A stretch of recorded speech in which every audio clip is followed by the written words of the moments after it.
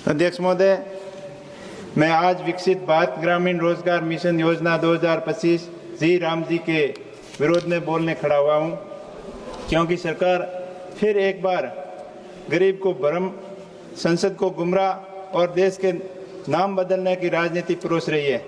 अध्यक्ष महोदय, यूपीए सरकार ने 2005 में मनरेगा जैसी महत्वाकांक्षी योजना लेके आई, जिससे ग्रामीण भारत के अंदर रोजगार के नए अवसर पैदा हुए।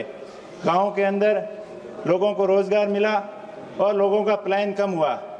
विशेष करके मैं जिस पश्चिम राजस्थान के थार के उस क्षेत्र से आता हूं, जहां पानी की वैल्यू घी और दूध से ज़्यादा होती है, और इस योजना की वजह से गांव और ढाणियों के अंदर रहने वाले लोगों के लिए टांकों का निर्माण हुआ, जिससे पानी की समस्या का समाधान हुआ।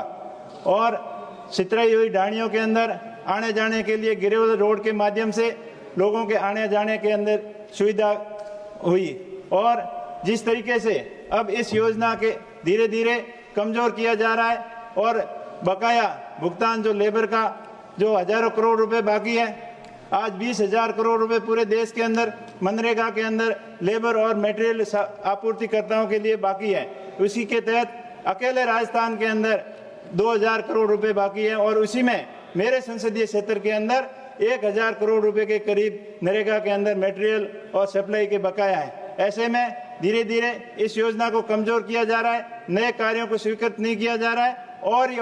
और इस योजना के अंदर 2024 के अंदर जल संग्रहण योजना के तहत बाड़मेर जिले को 2nd पोजीशन मिली।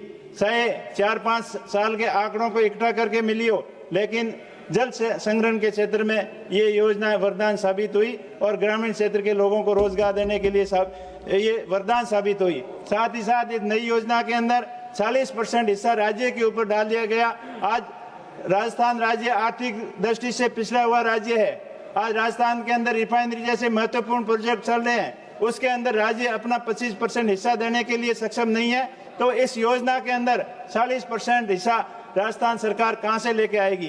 तो ऐसे में इस योजना को कमजोर करने की साजिश है। तो मैं इस योजना को के विरोध में बोलने के लिए खड़ा हुआ हूं, और पूरी कांग्रेस पार्टी इस योजना के विरोध कर रही है, क्योंकि जो अभी नई नई योजनाओं के नाम बदलकर नई योजनाएं ला रहे हैं, आदर्श सांसद ग्राम योजना हो, चाहे अब दूसरी स्मार्ट सिटी की योजना हो, सारी योजनाओं के नाम बदलकर योजनाएं लागू की जाती है, लेकिन उसको पैसे के अभाव में सारी योजनाएं फेल साबित हुई है। तो इसे हमारी पार्टी इस नए नाम से और इस योजना का पूर्ण रूप से विरोध करती है। धन्यवाद अध्यक्ष महोदय।